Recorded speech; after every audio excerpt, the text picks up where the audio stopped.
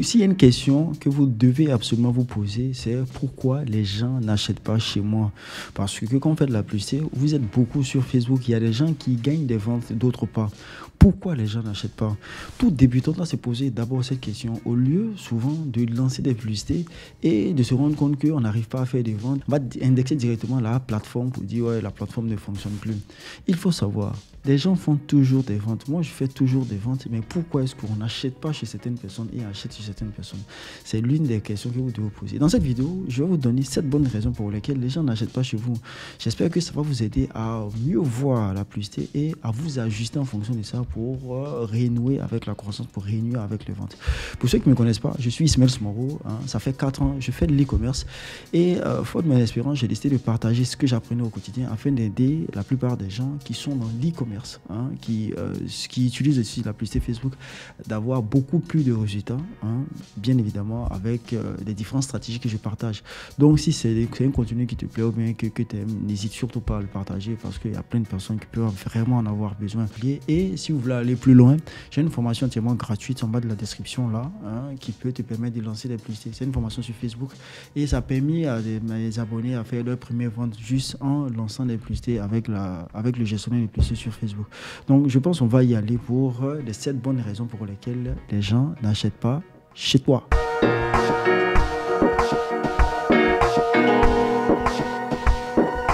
Une chose qui est importante lorsqu'on fait de la publicité Facebook, on parle toujours d'un préalable, c'est-à-dire on parle toujours de suppositions. Il n'y a pas de choses qui est assez fidèle dans l'esprit. Donc on va toujours chercher. Donc aujourd'hui, moi, avec l'expérience que j'ai en faisant de la publicité, il y a des choses sur lesquelles je me concentre plus qu'avant en tant qu'amateur, sur lesquelles je mettais mon attention. J'ai compris qu'il faut avoir un autre paradigme concernant la publicité pour pouvoir vraiment bénéficier de ces bienfaits. Donc l'une des choses que moi j'ai constaté qui fait que les publicités ne fonctionnent pas, la première des choses, c'est la complexité. Quand un produit est trop complexe, qu'un produit est difficile à expliquer ou bien trop long à expliquer, c'est pas l'idéal pour quelqu'un qui vient de commencer. Quand on voit un habit, on sait que c'est un habit. Quand on voit une chaussure, on sait que c'est une chaussure. Lorsqu'on voit une télévision, on sait que c'est une télévision. Si vous prenez des choses que les gens n'ont pas l'habitude de voir et que c'est difficile à expliquer, il faut savoir que ça sera compliqué à vendre parce que le temps d'attention des gens est assez court. On est en dessous de 2,5 secondes.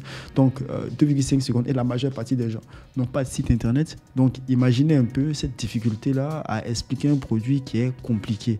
Les gens n'ont pas le temps. Les gens sont beaucoup distraits lorsqu'ils sont... Et puis en plus de ça, ils sont sur Facebook pour se distraire. Donc par conséquent, mettre des produits qui sont compliqués à expliquer, généralement qui sont complexes, peut freiner littéralement votre pouvoir de vente sur Internet. Donc faites beaucoup attention au type de produit que vous choisissez parce que ça peut être un frein à l'achat de la majeure partie des gens. Deuxième chose pour laquelle les gens n'achètent pas chez vous, c'est bien que c'est le manque de confiance. La vente est basée sur la confiance généralement. La raison pour laquelle les gens achetaient beaucoup plus avant, c'est parce qu'il n'y avait pas beaucoup de personnes sur la plateforme.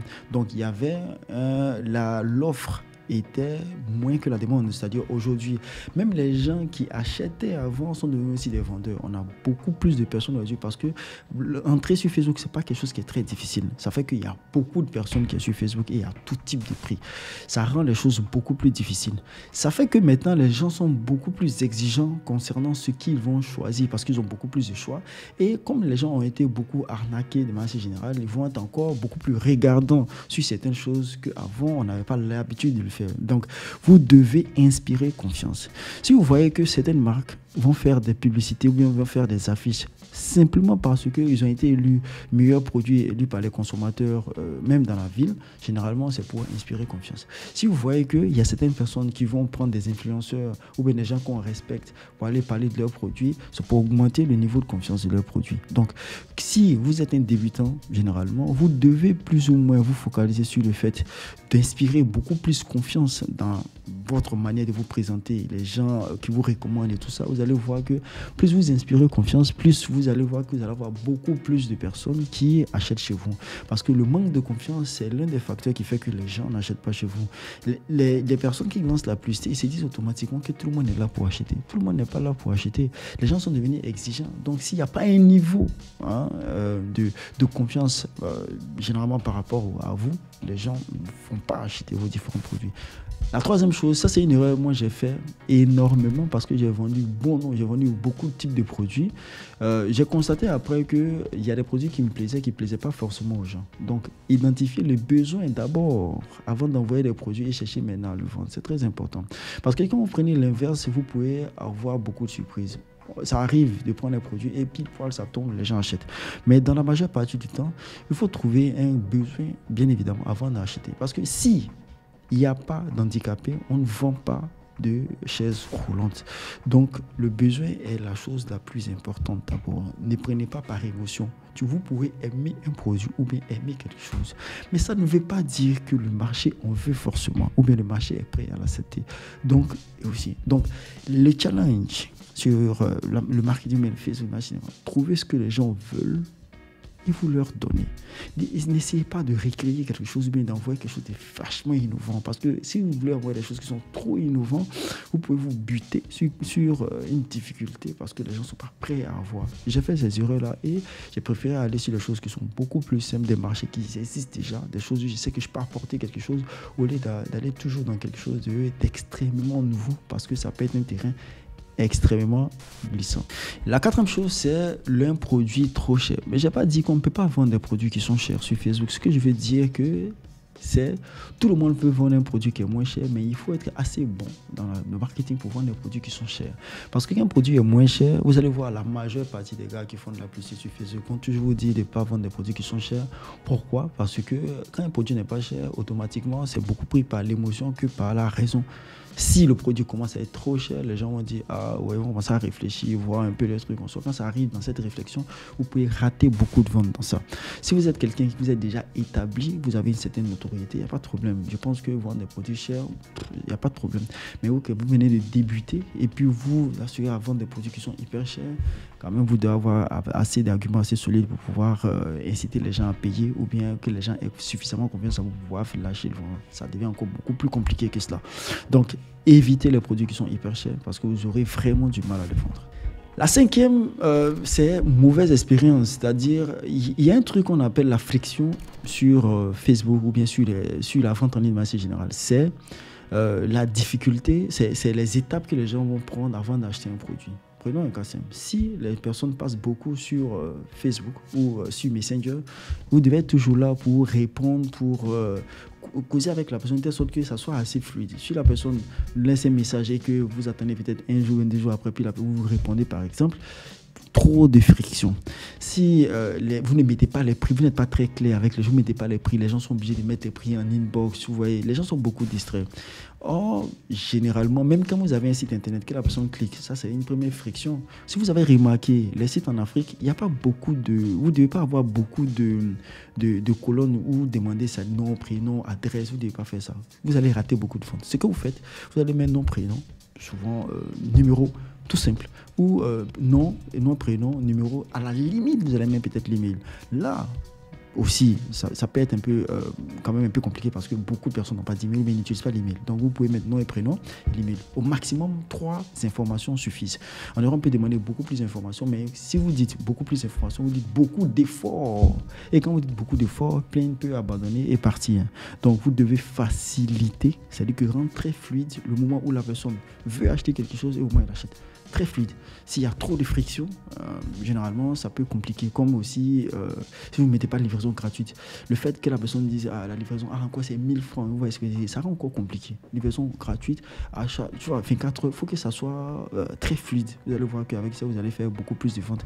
Au lieu, bien évidemment, de rendre ça trop d'étapes ou trop compliqué, on ne voit pas les prix, on n'a pas d'informations sur les différents produits. Faites les choses assez fluides, mettez le maximum d'informations. Ceux qui veulent acheter iront acheter et vous allez voir que ça va être beaucoup plus simple à gérer. La 6e chose, c'est bien évidemment la publicité. Les gens n'achètent pas parce que souvent, ils ont des publicités qui sont extrêmement mensongères. Il y a des publicités qui fonctionnaient avant, au départ de la publicité, où on prenait les publicités sur YouTube, où on voyait des gens, par exemple, des produits pour maigrir, on voit quelqu'un qui pommade sa main, automatiquement sa main se dégonfle, ou machin comme ça. C'est des publicités qui fonctionnaient bien avant. Mais les gens ont été confrontés ils ont été trop confrontés à ce type de publicité. Donc, c'est des choses qui ne fonctionnent plus. Mais je vois des gens encore vont toujours aller sur ce type de publicité. Utiliser des publicités qui sont des personnes lambda, des personnes qu'on trouve de manière assez générale ici. Essayer faire des publicités de bonne qualité, pas des choses qui sont pixelisées. On dit toujours, le contenu est roi, c'est-à-dire les vidéos, c'est roi. Le contenu est roi, c'est-à-dire si vous avez des très bonnes vidéos, si vous avez de bonnes vidéos qui expliquent clairement ce que vous vendez, vous allez voir que généralement, moi l'année passée, en lançant des publicités, il y a des vidéos qui m'ont littéralement fait exploser mes ventes juste avec une seule vidéo. C'est-à-dire c'était le même produit qui passait, mais avec une simple vidéo qui était mieux axée, vous avez vu, il a fait beaucoup plus de ventes que généralement la plupart des contenus. Donc le contenu, il est hyper important pour toute personne qui fait de la publicité. Pour vous renseigner, la majeure partie des gens qui font de la publicité à un certain niveau, ils sont au courant que la publicité, c'est-à-dire que le contenu, c'est la chose la plus importante lorsqu'on fait de la publicité Facebook. Donc ne négligez pas, allez prendre des choses qui sont pixelisées. Faites quand même un effort, essayez d'avoir du contenu beaucoup plus, je dirais pas, beaucoup plus naturel, crédible. Vous allez voir que vous allez faire beaucoup plus de ventes en utilisant ce type de publicité. La cinquième et la dernière, c'est le ciblage inapproprié. Quand on parle de ciblage, automatiquement, les gens voient ça toujours sur le côté technique de la chose. Du genre, choisir les intérêts et autres consorts.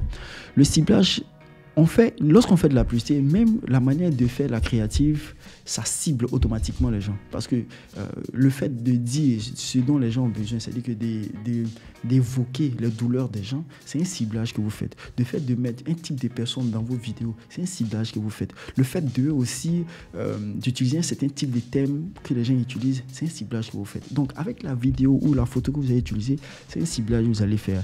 Et plus ce ciblage-là est assez précis, ça aide l'algorithme à mieux chercher des personnes qui ressemblent à ces personnes par rapport à ce que vous voulez vendre. Donc c'est très important. Ne voyez pas le ciblage comme quelque chose de beaucoup technique. Sortez un peu de la technique, essayez de voir du côté un peu marketing. Quand vous voyez les pancartes dans la ville, généralement les pancartes, en fonction des types de personnes qu'il y a dessus, on essaie d'indiquer un type de personnes, on essaie de cibler un type de personnes par rapport aux différentes pancartes que vous faites. C'est pareil avec la publicité. Donc c'est très important de faire un ciblage par rapport même à vos différentes créatives. Pas d'oublier, mais ne blâmez pas forcément le ciblage que vous faites sur Facebook. Essayez de sortir un peu en dehors de cela pour voir avec vos créatives, vos mots que vous allez utiliser, vos différents thèmes que vous allez utiliser, comment cibler les clients, les gens qui sont intéressés par vos différents produits. Là, vous devez faire un travail de recherche, celui d'avoir beaucoup plus d'informations sur les types de personnes qui achètent chez vous. C'est hyper important.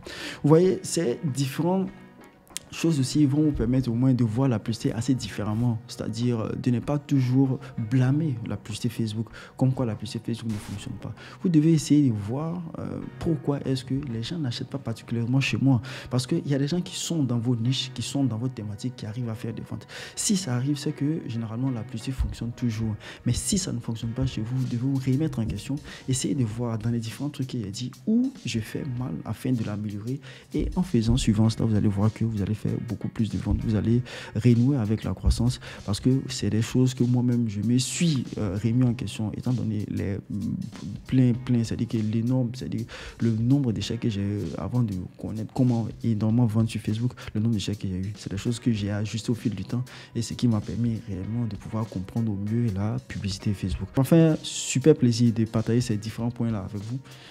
J'espère que ça pourra aider bon nombre d'entre vous. Comme je l'ai dit, n'hésitez pas à vous abonner et aussi de voir la formation gratuite en bas qui a permis à certains de mes abonnés à faire leur premier chiffre avec la publicité Facebook.